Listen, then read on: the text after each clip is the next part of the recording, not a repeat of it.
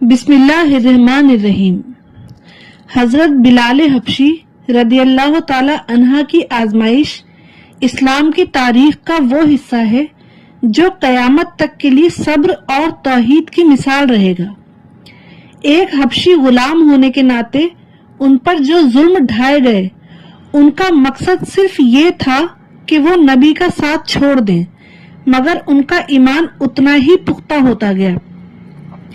حضرت بلال امیہ بن خلف کے غلام تھے۔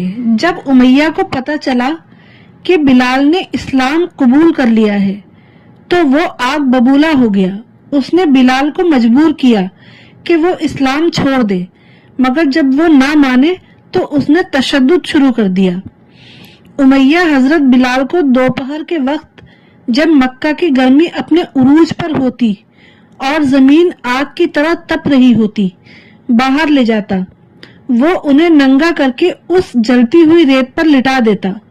ان کے سینے پر اتنا بھاری اور گرم پتھر رکھ دیا جاتا کہ ان کی سانس لینا مشکل ہو جاتا اور وہ ہل نہیں سکتے۔ امیہ کہتا، تو اسی حال میں رہے گا جب تک مر نہ جائے یا پھر محمد کا انکار کر دے۔ اتنی تکلیف کے باوجود حضرت بلال کی زبان پر شکوہ یا دکھ کے بجائے صرف ایک لفظ ہوتا تھا، احد احد، اللہ ایک ہے، اللہ ایک ہے۔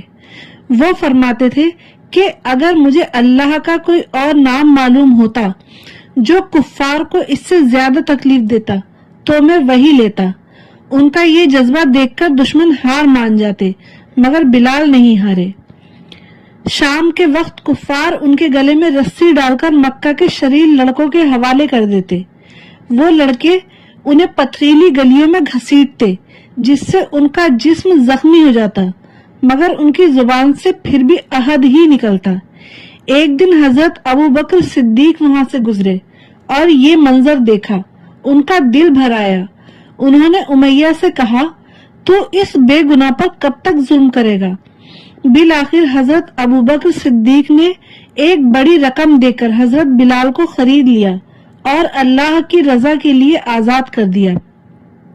اللہ نے حضرت بلال کی ان قربانیوں کا ایسا بدلہ دیا جو کسی کے وہم و گمان میں بھی نہیں تھا۔ انہیں اسلام کا پہلا مؤذن ہونے کا شرف ملا۔